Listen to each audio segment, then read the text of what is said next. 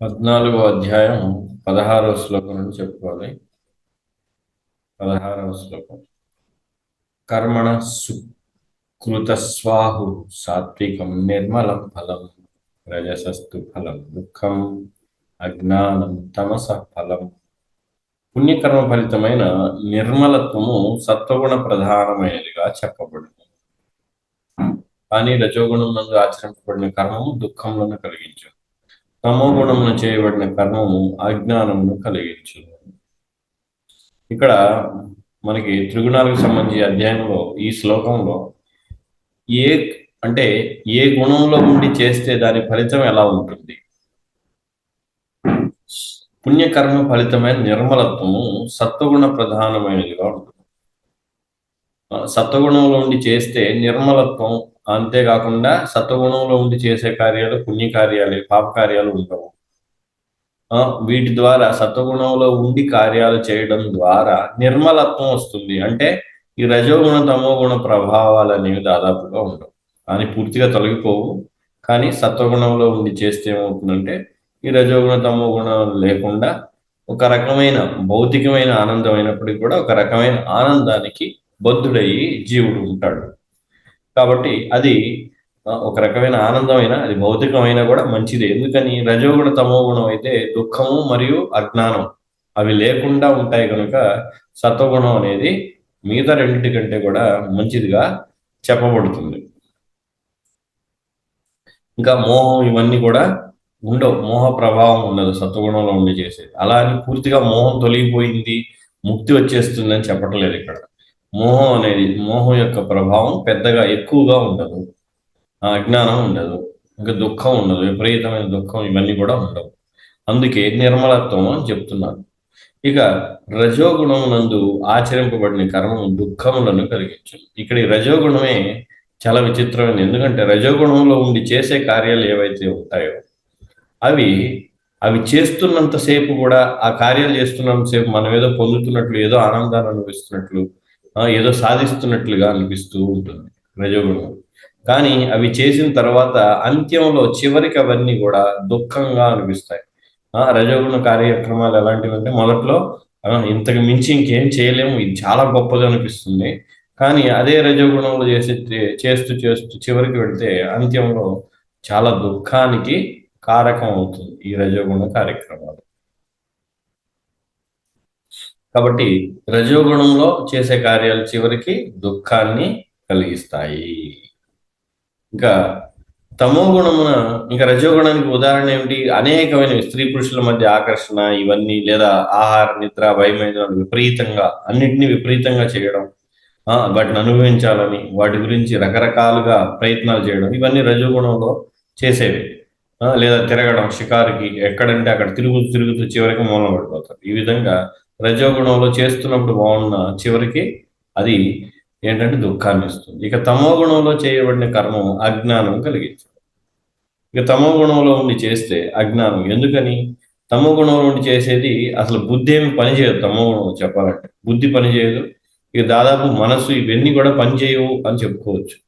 అందుకే ఇక అది అజ్ఞానాన్ని కలిగిస్తుంది. అంటే ఇక బుద్ధి ఇవేమి చేయకుండా కేవలం ఇంద్రియాలు మాత్రం పనిచేస్తూ, ఆ ఇంద్రియాలు కూడా భోగం వరకే.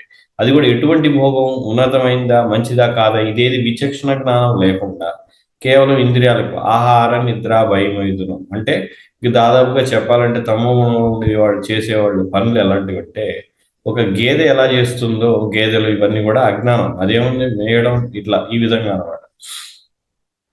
జంతువుల మాదిరి ఇక ఏమీ తెలియదు వాళ్ళకి, ఈ తమో గుణంలో ఉండేటువంటి వాళ్ళకి. అంటే తమో గుణం జంతువుల్లాగా పక్షులు ఇవి ఏవైతే తినడం, నిద్రించడం, ఆహార నిద్ర భయం తప్ప ఇంకేది తెలియదు. కాబట్టి అది పూర్తిగా అజ్ఞానం. ఇక మానవ ఇప్పుడు మన శరీరం అనే ఆత్మని ఈ జ్ఞానం ఏది కూడా పూర్తిగా మోహానికి గురయ్యి అజ్ఞానం కలిగిస్తుంది. తమో గుణంలో ఉండి చేసే కార్యాల వలన చివరికి అజ్ఞానంలో పడిపోతాడు. కాబట్టి ఈ 3 గుణాల ద్వారా వచ్చే ఫలితాలు ఇలా ఉంటాయి అని చెప్తూ ఉన్నాడు. మరి ఈ 3 గుణాలని దాటాలంటే మనిషి ఏం చేయాలి? 3 గుణాలకి అతీతమైన కార్యక్రమం ఏదైతే ఉందో భక్తియుక్త సేవ, అది చేస్తే తప్ప వీటి నుండి బయటపడలేడు. ఇంకా 17వ శ్లోకం. సత్వత్ సంజాయతే జ్ఞానం రజసో లోభ ఏవ చ ప్రమాదమోహౌ తమసో భవతో జ్ఞానమేవ చ. సత్వగుణము నుండి యథార్థ జ్ఞానము వృద్ధి నొందును, రజోగుణము నుండి లోభము వృద్ధి నొందును, తమో గుణం నుండి అజ్ఞానము, బుద్ధిహీనత, మోహము అన్నవి వృద్ధి నొందుచున్నవి. ఇక మనలో ఏ గుణాలు ప్రధానంగా ఎక్కువగా ఉంటే ఏ ఏ గుణాల ద్వారా ఏమి పెరుగుతూ ఉంటాయి, ఇక్కడ మనం గమనించాల్సింది ఏంటంటే, ఉదాహరణకి సత్వగుణం అంటే మనలో కేవలం సత్వగుణం మాత్రమే ఉండదు. ఉదాహరణకి మనలో ఒక 40% సత్వగుణం ఉంటే ఒక 30% రజోగుణం, ఇంకొక 30% తమో గుణం ఉండొచ్చు. అప్పుడు ఏమవుతుంది, ఈ ఉదాహరణ తీసుకుంటే, ఉదాహరణకి ఈ శ్లోకం సత్వగుణం నుండి యథార్థ జ్ఞానం అంటే 40% మనకి యథార్థ జ్ఞానం, విచక్షణతోటి ఉన్న జ్ఞానం అనేది పెరుగుతుంది, అంటే ఆత్మజ్ఞానం, ఇవన్నీ అర్థం. రజోగుణం కూడా 30% ఉంది కనుక లోభం కూడా మనలో ఉంటుంది. రజోగుణం నుండి లోభం వృద్ధి చెందుతుంది అంటే రజోగుణం ఉండడం వలన సత్వగుణం ఉన్నప్పటికీ లోభం కూడా 30%, అంటే రజోగుణం 30% ఉంది కదా. కాబట్టి మనం యథార్థ జ్ఞానం, భగవంతుడు ఇవన్నీ తెలిసినప్పుడు కూడా రజోగుణం ఉండి లోభం ఉండడం వల్ల మన ధనాన్ని ఖర్చు పెట్టడం ఎక్కువ, ఏదో కొంత ఖర్చు పెడతాం భగవంతుడి కోసం, లేదా మంచి కార్యాల కోసం కొంత ఖర్చు పెట్టి ఎక్కువగా మళ్ళీ ఉంచుకోవడానికి మన స్వార్థం కోసం లోభాన్ని కూడా ప్రదర్శిస్తూ ఉంటాం. అక్కడే లోభం ఉంటుంది, ఖర్చు సత్వగుణం వలన దాన్ని సక్రమంగా ఖర్చు చేయడం ఉంటుంది, అంటే కృష్ణుడి కోసం లేదా భక్తుల కోసం లేదా యువతలకు దానం ఇవ్వడానికి కానీ ఇంకేదైనా కానీ కావచ్చు. కానీ అలాని పూర్తిగా మంచి సత్వగుణం, పూర్తి సత్వగుణం లేకపోవడం వల్ల లోభాన్ని కూడా ప్రదర్శిస్తాడు. తమో గుణం నుండి అజ్ఞానం, బుద్ధిహీనత, మోహం. మరి 30% ఒక వ్యక్తి ఉదాహరణ తీసుకున్నాం, 30% ఏమిటి, అతనిలో తమో గుణం ఉంది అనుకున్నాం. కాబట్టి అజ్ఞానం ఉంటుందంటే ఉంటుంది. ఎలాగా, ఎప్పుడైతే ఈ ఆత్మజ్ఞానం ఇవన్నీ వింటున్నప్పటికి కూడా ఈ ఇంద్రియ భోగం పట్ల ఆసక్తి ఎక్కువ అవ్వడం వలన అవి విన్నా కూడా అవన్నీ మర్చిపోవడం వలన ఈ మోహం ఇవన్నీ గురి కావడం అనేది కూడా జరుగుతూ ఉంటుంది, తమో గుణం కూడా ఉండడం వలన వీళ్ళు. కానీ అలా కాకుండా ఒక వ్యక్తిలో దాదాపు 80-90% సత్వగుణం ఉంది, మిగతావి రజోగుణ తమో గుణాలు ఉంటే అప్పుడు ఏమవుతుందంటే పూర్తిగా వాడు ఈ మిగతా రెండింటి యొక్క శాతం తక్కువ కనుక ఎక్కువగా జ్ఞానం వీటితోటి సత్వగుణం యొక్క ప్రాధాన్యత ఎక్కువ అవడం వలన ఇవి దాదాపుగా ఉండవు, ఏది ఈ అజ్ఞానం, బుద్ధిహీనత, మోహం అనేవి. కాబట్టి వీటిని ఇలా అర్థం చేసుకోవాలి. అందుకనే మనం ఏంటంటే ఈ శ్లోకాలు ఎప్పుడైతే చదివిన తర్వాత మనం ఏం ప్రయత్నిస్తామంటే మనుషులందరినీ లేదా మన చుట్టూ ఉన్నవాడు వీటి సత్వగుణం, వీటి రజోగుణం అలా చేయకూడదు. ఎందుకంటే అందరిలో ఒకే గుణం మాత్రమే ఉండదు, గుణాల మిశ్రమం ఉంటుంది. అది కూడా ఎంత ఉంటుంది అనేది కూడా మనకి తెలియదు. ఒకరిలో 65% సత్వగుణం, 35% లేదా 20% రజోగుణం, 15%, ఈ విధంగా రకరకాల మిశ్రమాలు ఉంటాయి. అది ఎంత అనేది మనకి తెలియదు. కానీ ఎవరైతే భక్తియుక్త సేవ చేయడానికి సిద్ధమవుతారో వాళ్ళలో ఖచ్చితంగా సత్వగుణం అనేది ఉండి తీరాలి. ఎంతో కొంతైనా ఉంటుంది. అది ఎంత ఉంటుంది అని ఎలా చెప్పగలము? వాడు ఎంత శ్రద్ధగా భక్తియుక్త సేవ ఎంత ఎక్కువగా, ఎంత శ్రద్ధగా, ఎంత తత్వం తెలుసుకుని చేస్తుంటాడో అంతగా వాళ్ళ సత్వగుణం అభివృద్ధి చెందుతుంది అని మనం అర్థం చేసుకోవచ్చు.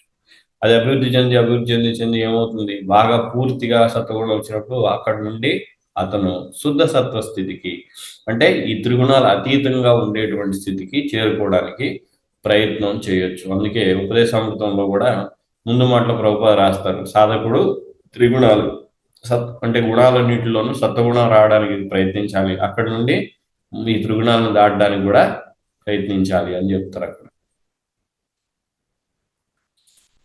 ఇక 18వ శ్లోకం, ఊర్ధ్వం గచ్చంతి సత్వస్థ మధ్యే తిష్టంతి రాజస జఘన్య గుణ వృత్తిస్థ అధో గచ్చంతి తామస.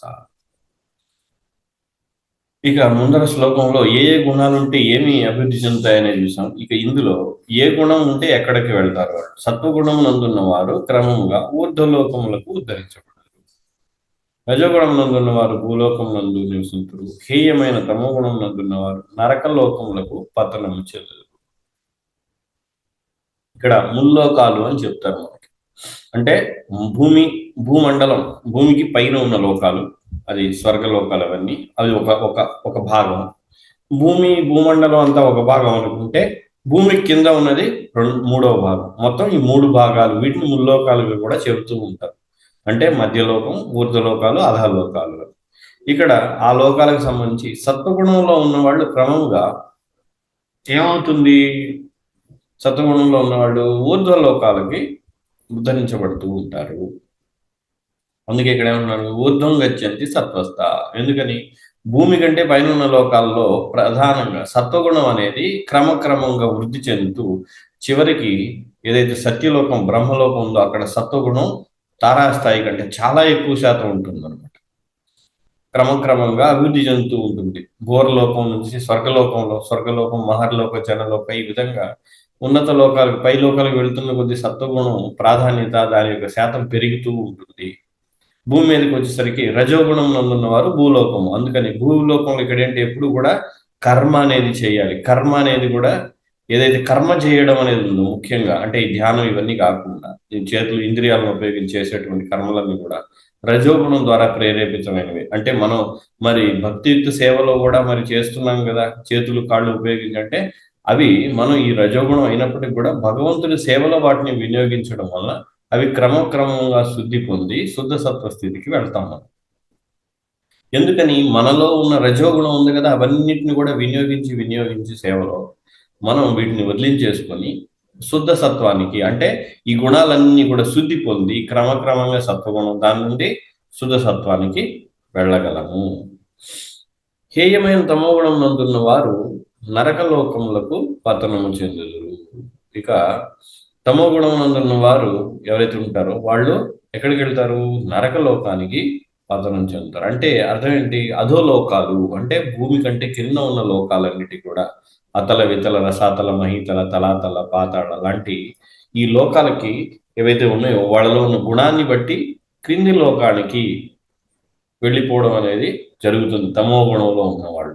అంతేకాకుండా ఇక్కడ క్రింది లోకమే కాకపోవచ్చు, కొన్నిసార్లు తమో గుణంలో ఉన్నవాళ్ళు భూలోకంలో ఉన్నప్పటికీ కూడా జంతువులుగా లేదా పశుపక్షాలుగా ఈ విధంగా కూడా, అంటే భూమి మీద ఉన్నప్పటికీ కూడా మానవ శరీరం అనేది లభించకుండా తమో గుణంలో పతనం అయ్యే అవకాశం కూడా ఉన్నది.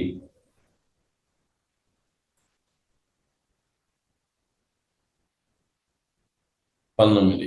నాణ్యం గుణేభ్యః కర్తారం యదా ద్రష్టానుపశ్యతి గుణేభ్యశ్చ పరం వేత్తి మద్భావం సోధిగచ్చతి.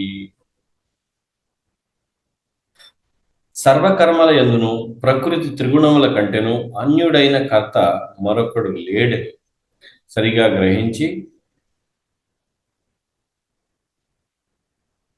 త్రిగుణాతీతమైన పరమ పురుషుని ఎరుగగలిగినప్పుడు మానవుడు నా దివ్య భావనను పొందును. ఏదైతే ఇక్కడ కృష్ణ ఏమంటున్నాడు, సర్వకర్మల యందు అన్ని కార్యాల్లో కూడా త్రిగుణాల కంటే అన్యుడైన కర్త. అంటే ఈ కార్యాలన్నీ కూడా ఎవరి ద్వారా జరిపించబడుతున్నాయి, త్రిగుణాల ద్వారా ఈ భౌతిక సంసారంలో. మరి ఈ కార్యాలు త్రిగుణాల ద్వారా ఎవరు త్రిగుణాల అధీనంలో ఉండి చేస్తారు, ఎవరైతే భక్తియుక్త సేవలో భగవంతుని తెలుసుకోకుండా ఉంటారో వాళ్ళందరూ త్రిగుణాల అధీనం. అంటే మనందరం కూడా పూర్తిగా శుద్ధ భక్తులు కానంత వరకు త్రిగుణాల అధీనంలో ఉంటాం. ఎప్పుడైతే శుద్ధ భక్తులు అవుతామో త్రిగుణాతీతమై భగవంతుడి అధీనంలో దైవీ శక్తి, భగవంతుడి యొక్క దివ్య శక్తి అధీనంలోకి వెళ్తాం. కాబట్టి ఎవరైతే త్రిగుణాలకు అతీతమైన భగవంతుడిని కృష్ణుని తెలుసుకుని ఆయన సేవ చేయడం ఇవన్నీ కూడా మొదలు పెడతారో వాళ్ళు ఏమవుతుంది, క్రమక్రమంగా ఈ గుణాలకు అతీతమైన కార్యాల్లో నిమగ్నం అవడం వల్ల వాళ్ళు గుణాలకు అతీతమైన ప్రదేశానికి వెళ్ళాలి కాబట్టి భగవంతుడిని చేరుకుంటారు, భగవంతుడి యొక్క భావాన్ని కృష్ణ ప్రేమని పొందగలుగుతారు. కానీ ఇది అంత తేలిక కాదు. కారణం ఏంటంటే మనం ఎప్పుడు కూడా ఈ గుణాలు ప్రేరేపిస్తూ ఉన్నాయి మనం. ఈ త్రిగుణాలు అనేవి ఎటువంటివి మనం చూసాం, వాటి యొక్క గుణాలు అంధకారం, అజ్ఞానం, తర్వాత చివరికి దుఃఖం. సత్వగుణం ఒకటే కొంచెం మెరుగైంది మిగతా మూడిట్లో కూడా, కానీ అది కూడా ఒక రకమైన భౌతిక ఆనందానికే బద్ధుని చేస్తుంది జీవుడిని. అది మనం కూడా అర్థం చేసుకున్నాం. కనుక ఏమవుతుంది, ఎప్పుడు కూడా ఇవి లాగుతూ ఉంటాయి. మనం ఏం చేస్తూ ఉంటాం, ఇవి లాగుతున్నప్పటికి కూడా భగవంతుడికి సేవ చేయడానికి, అంటే నిస్వార్థంగా, అంటే మనం ఎటువంటి ఇంద్రియ భోగ ప్రవృత్తి, ఇంద్రియ భోగ కోరికలు అనేవి లేకుండా భగవంతుడికి సేవ చేయడానికి ప్రయత్నం చేయడం అనేది దాదాపు అసంభవం. ఎందుకంటే మనం ఎంత సేవ చేస్తున్నా మనకి నా కూతురికి పెళ్ళవ్వాలి, లేదా నాకు మంచి ధనం ఉండాలి, లేదా నాకు మంచి ఇల్లు ఉండాలి, ఇటువంటివి ఏదో ఒకటో రెండో మూడో కోరికలు అనేవి తలెత్తుతూనే ఉంటాయి ఎంత కాదనుకున్నా కూడా. అవన్నీ లేకుండా అవేవి కాకుండా కేవలం కృష్ణుడి యొక్క ఆనందం, భక్తుల యొక్క ఆనందం గురించి మాత్రమే చేసే సేవ శుద్ధమే. కాబట్టి ఈ త్రిగుణాల ప్రభావం ఏదో కోరిక మనం వెంటాడుతూనే ఉంటుంది, కానీ మనం ప్రయత్నం అనేది చేస్తూ ఉంటారు. ఎందుకంటే ఇది ఒక్క జన్మలోనే మనం వైకుంఠం వెళ్ళిపోవడం అనేది దాదాపుగా అసంభవం, ఎవరికి జరగదు. మనం ప్రయత్నం చేయొచ్చు కానీ అంత తేలిక కాదు. కానీ అందుకే కొన్ని జన్మలు పడతాయి ఏ జీవికైనా ఇక్కడి నుంచి బయటపడడం. కనుక మన ప్రయత్నం అనేది ఇక్కడ ఆపకూడదు. ప్రయత్నం ఆపేస్తే ఏం లేదు, మళ్ళీ పతితులం అయిపోతాం, పడిపోతాం. ఇక తమో గుణానికి కూడా పడిపోయే అవకాశం ఉంది. ఎందుకని ఇక్కడ గుణాలు ఎప్పుడు కూడా ఒకదానికొకటి పోటీ పడుతూ ఉంటాయి. 20వ శ్లోకం. గుణానేతానతీత్యత్రీన్ దేహి దేహ సముద్భవాన్ జన్మ మృత్యుజరా దుఃఖై విముక్తో మృతమశ్నుతే. దేహధారియము జీవుడు భౌతిక దేహంతో కూడి ఉన్న ఈ త్రిగుణములను అధిగమించినప్పుడు జనన మరణ వార్ధక్యముల నుండి మరియు వారి దుఃఖముల నుండి విడిపడి ఈ జన్మమునందే అమృతత్వమును పొందును.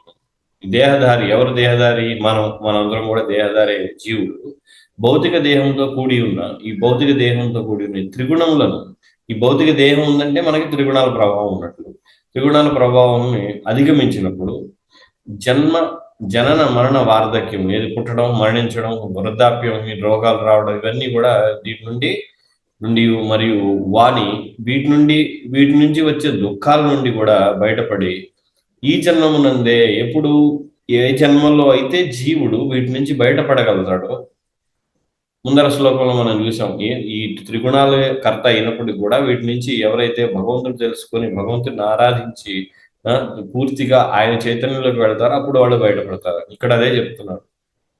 ఎవరైతే ఈ దేహదారి బద్ధజీవులైన మనందరం కూడా వీటి నుంచి బయటపడాలంటే పూర్తిగా మనకు భగవంతుడికి శరణాగతి పొంది, ఎప్పుడైతే ఈ గుణాల ప్రభావం నుంచి శుద్ధ సత్వంలోకి, అంటే దైవీ శక్తి అధీనంలోకి ఎప్పుడైతే వెళ్తామో అప్పుడు అమృతత్వాన్ని, లేదా భక్తులే కాకపోవచ్చు, అనేక విధాల ధ్యానం చేయడం, ధ్యాన యోగులు, అష్టాంగ యోగులు, ఈ విధంగా ఏది చేసినా కూడా ఈ యొక్క మోక్షం అనేది ఎప్పుడైతే పొందుతారో వాళ్ళందరికీ కూడా అమృతత్వం అంటే ఏంటి? మృత్యు అనేది లేనటువంటి స్థితికి, బ్రహ్మజ్యోతిలోకి ప్రవేశించడం కానీ, లేదా వైకుంఠం లోకాల్లోకి వెళ్ళడం, అక్కడ భగవంతుడిని సేవించడం కానీ, ఈ స్థితికి వాళ్ళు వెళతారు. మరి అది లభించాలంటే చాలా తపస్సు చేయాలి. ముఖ్యంగా మనం మానవ శరీరం అనేది ఉన్నది ఎందుకంటే తపస్సు చేయడానికి. కానీ మనం ఏం చేస్తుంటాం, ఈ మానవ శరీరాన్ని కూడా ఇతర జీవుల్లాగా ఇంద్రియ భోగానికే వాడుతూ ఉంటాం. ఇంద్రియ భోగం కుక్కలు, పిల్లులు, జంతువులు అన్ని కూడా చేస్తున్నాయి. అన్ని జీవరాశులు, పశువులు, పక్షులు అవన్నీ చేసేది ఇంద్రియ భోగం. కానీ మనం కూడా ఏం చేస్తున్నాం, కాకపోతే మంచి మంచి సదుపాయాలు ఏర్పాటు చేసుకుని ఇంద్రియ భోగం చేయడానికి ప్రయత్నం చేస్తున్నాం. కానీ మానవ దేహం ఉంది అందుకు కాదు. అందుకే దానికి భిన్నంగా మనకి ఆచార్యులు ఏంటి, ఉదయాన్నే లెగవడం, మంగళారతి, ఏకాదశి, ఇవన్నీ కూడా ఏంటి? తపస్సు. ఇంకా కొంతకాలం వచ్చిన తర్వాత ఈ గృహస్థాశ్రమాన్ని వదిలేసి వానప్రస్థం ప్రవేశించి పూర్తిగా భౌతిక కార్యకలాపాలన్నీ ఆపేసి పూర్తిగా భగవంతుడి సేవకి అంకితం చేయడం కోసం మన జీవితాన్ని ఉపయోగించాలి అనేది ఏదైతే ఉందో విధానం మనకి ఇవ్వబడింది. అదంతా ఏంటంటే మనం తపస్సు చేయాలి అని దాని అర్థం. కానీ మనం ఏం చేస్తున్నాం ప్రస్తుతం అంటే, మనం భక్తి చేస్తున్నాం అనే పేరుతోటి భక్తిని మాత్రం మన జీవితంలో ఒక భాగంగా చేసుకుంటాం. కానీ భక్తి కొరకే జీవితం ఉందనేది మనకి అర్థం కావడం లేదు. ఇది ఎన్నిసార్లు చెప్పినా మన యొక్క బుద్ధి ఎటువంటిదంటే, ముఖ్యంగా బుద్ధి దృఢంగా ఉండకపోవడం వలన మనస్సుని ఈ త్రిగుణాల త్రిగుణాలు వాడుకోవడం వలన మనం ఏంటంటే ఎప్పటికప్పుడు మళ్ళీ ఇంద్రియ భోగం వైపే ఆసక్తి, సంసారం పట్ల ఆసక్తి, ఇవన్నీ చూపిస్తూ ఉంటాం. కనుక వీటిని దాటడం, ఏదైతే త్రిగుణాలను దాటడం మరియు ఈ సంసారం నుంచి బయటపడడం, అమృతత్వాన్ని పొందడం అనేది అంత తేలికైన విషయం కాదు. కానీ అది లభించాలంటే మాత్రం మనం సాధు సాంగత్యం ఉండాలి. అంతేకాకుండా ఇప్పటివరకు అనేక మంది ప్రశ్నలు అడిగారు, ఏంటంటే ప్రభుజీ మరి వానప్రస్థం అంటే చేయాలి కదా, ఇప్పుడు సిటీల్లోనే ఉండి భక్తి బాగా చేయొచ్చా, లేదా ఉద్యోగాల్లో నుండి చేయొచ్చా, లేదా ఇంట్లో నుండి చేయొచ్చా? ఇవన్నీ కూడా జరిగే పనులు కాదు. కాబట్టి పూర్తిగా మన సమయాన్ని భగవంతుడికి అంకితం చేయాలంటే ఈ భౌతిక కార్యకలాపాల నుంచి దూరంగా ఉండాలనేది మనం నిశ్చయించుకొని మనంగా వాటిలో పాల్గొనకుండా ఇక సమయాన్ని పూర్తిగా భగవంతుడి యొక్క సేవకి హరినామం జపం చేస్తూ, కీర్తన చేస్తూ, లేదా అధ్యయనం చేస్తూ, శ్రవణం చేస్తూ, ఈ విధంగా భక్తుల సాంగత్యంలో ఉంటే తప్ప ఇది జరగదు. ఈ సంసారం దాటి బయటపడడం, ఈ త్రిగుణాల అతీతంగా అవ్వడం అనేది అసంభవం. హరే కృష్ణ.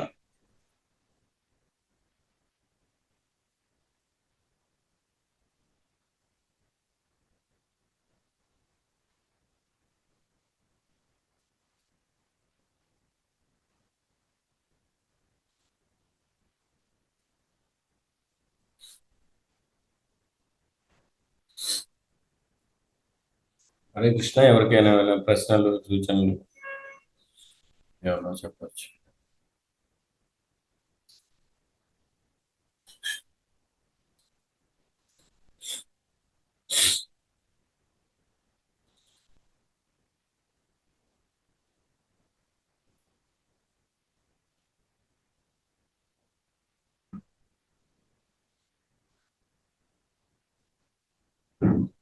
హరే కృష్ణ. ఎవరికేం ప్రశ్నలు లేనట్టుంది.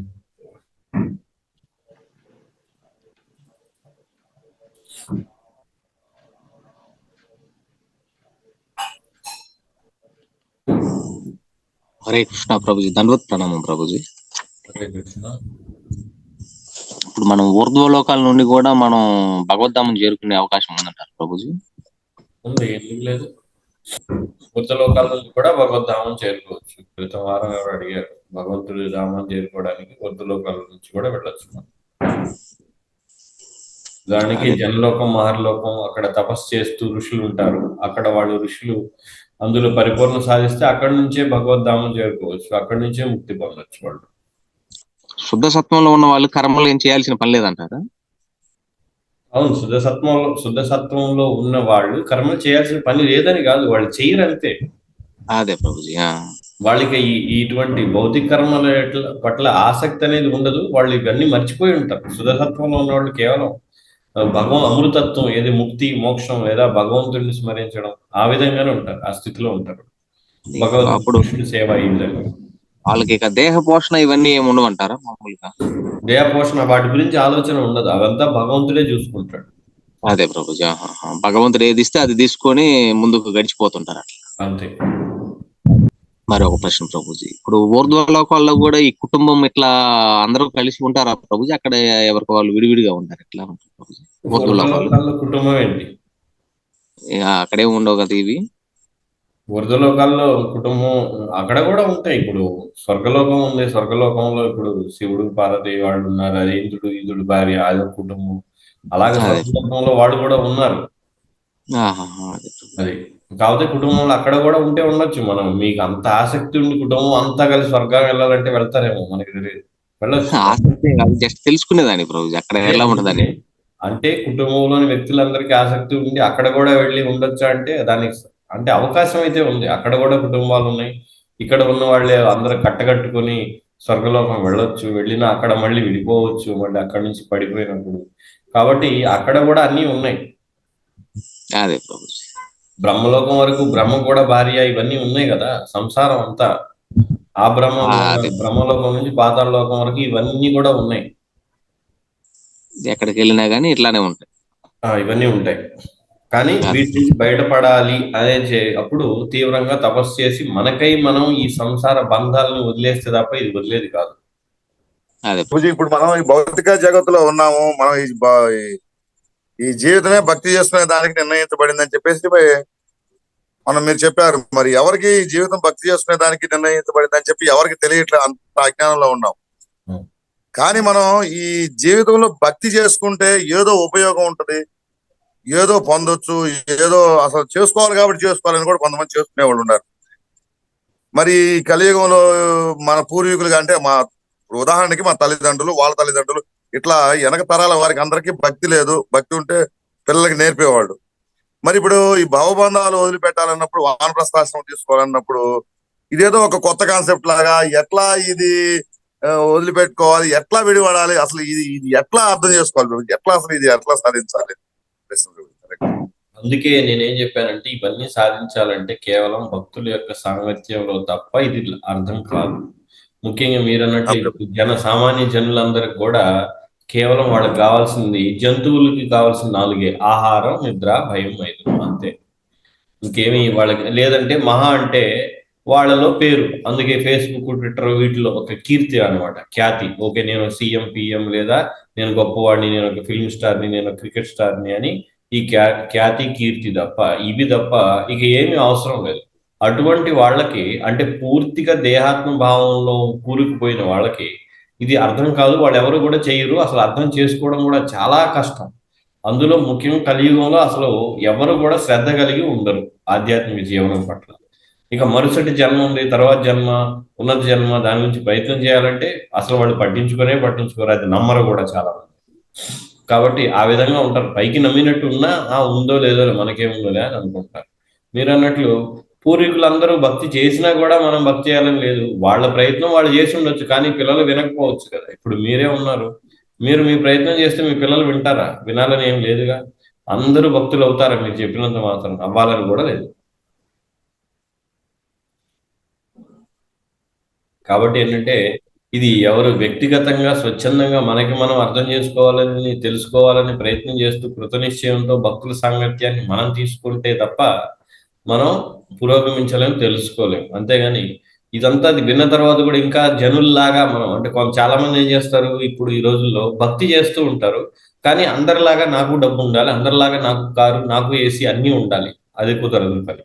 ఎవరైతే ఇలా అనుకుంటున్నారో అందరిలాగా అన్నీ ఉండాలి, భక్తి ఉండాలని, వాళ్ళు శుద్ధ భక్తి గురించి మర్చిపోవడం మంచిది. వాళ్ళు శుద్ధ భక్తి ఎన్నటికీ పొందలేరు వాళ్ళు.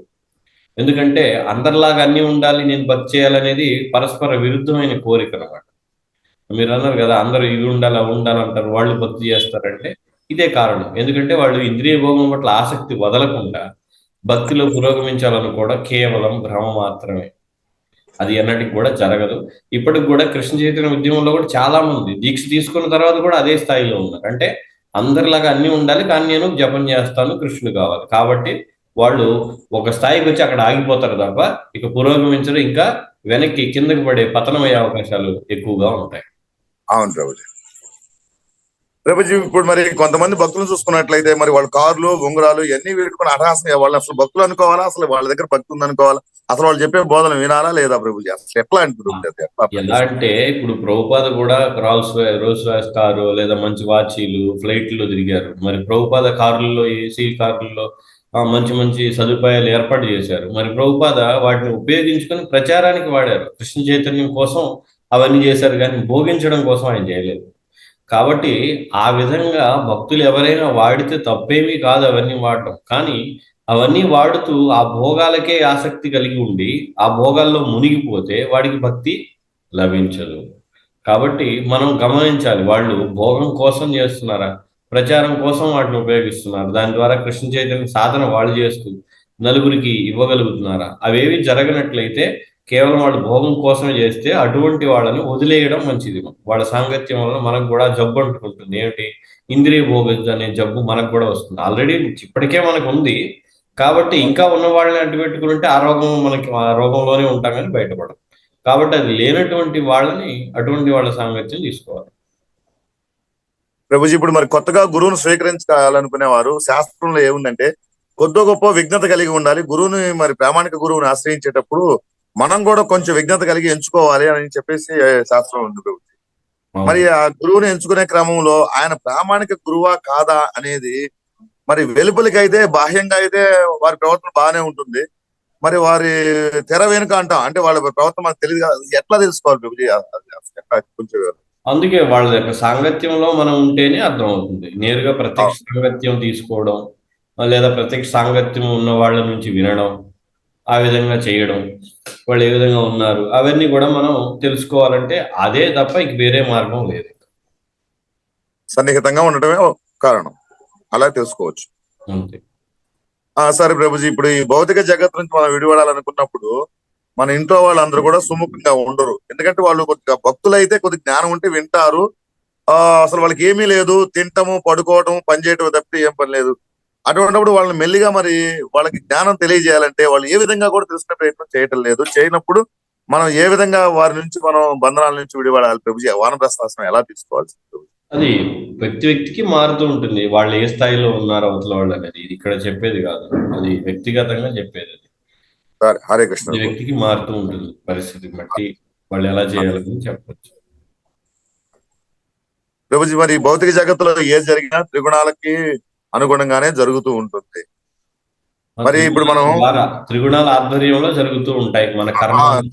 త్రిగుణాలు పనిచేస్తూ వాటి ద్వారా మనం సుఖాన్ని లేదా దుఃఖాన్ని అనుభవిస్తూ ఉంటాం. అయితే ప్రభుజీ మనం సత్వగుణాన్ని అలవర్చుకోవాలి. ఇప్పుడు సత్వగుణాలను అలవర్చుకోవాలంటే భక్తుల సాంగత్యం తీసుకోవాలి, మరి రీడింగ్ ఇవన్నీ చేసుకుంటూ జపం చేసుకుంటూ ఉంటాం ప్రభుజీ. మరి ఈ సత్వగుణం నుంచి శుద్ధ సత్వ గుణానికి చేరుకోవాలంటే ఈ అర్షడ్ వర్గాల్ని జయించిన తర్వాతనే అవుతుంది కదా ప్రభుజీ, నేను అనుకోవటం ప్రభుజీ. అవన్నీ ఎక్కువగా ఆలోచించే అవసరం లేదు. మనకి ఏదైతే ఆచార్యులు ఇచ్చిన భక్తియుక్త సేవ విధానం, నియమ నిబంధనలతోటి కూడిన భక్తి చేయడం అనేది చేస్తే సహజంగా మనం అంటే ప్రయత్నం చేయం, ప్రత్యేకంగా వీటి నుంచి బయటపడి శుద్ధసత్వం కావాలి అని ఎక్కడుంది శుద్ధసత్వం వెతుక్కొని అందులో దూరడం ఇలాంటివి ఏమి ఉండవు. మనం ఎప్పుడైతే వాళ్ళు ఇచ్చినటువంటి నియమ నిబంధనలు ఆచరిస్తూ సాధు సాంగత్యంలో మనం సాధన చేస్తూ ఉంటామో క్రమక్రమంగా ఈ గుణాల నుండి బయటపడి శుద్ధసత్వంలోకి వెళ్ళిపోతాం. అదే ప్రభుజీ, ఒక్కోసారి సాధన చేసుకుంటున్నా కూడా మనకి బయటికి ఆలోచనలు, మనసు బయటకు వెళ్ళిపోవడం, మళ్ళీ మనం వెనక్కి లాక్కొచ్చుకోవడం అంటే ఇక్కడ సాధన చేస్తున్నాము అంటే అర్థం శుద్ధసత్వంలో ఉన్నామని కాదు, సాధన చేయడం మొదలు పెట్టగానే శుద్ధసత్వంలోకి ప్రవేశిస్తామని కాదు. కాబట్టి ఇంకా మన గుణాలు ఉన్నాయి కాబట్టి మళ్ళీ మళ్ళీ మళ్ళీ మళ్ళీ మనకి అనేకమైన ఆటంకాలు మనోవేదనలు ఆందోళనలు ఇవన్నీ ఎదురవుతూనే ఉంటాయి. ముగిద్దాం మరి. ముగిద్దాం ప్రభుజీ. గ్రంథరాజ్ శ్రీమద్ భగవద్గీతకి జై, శ్రీల ప్రభుపాదకి జై.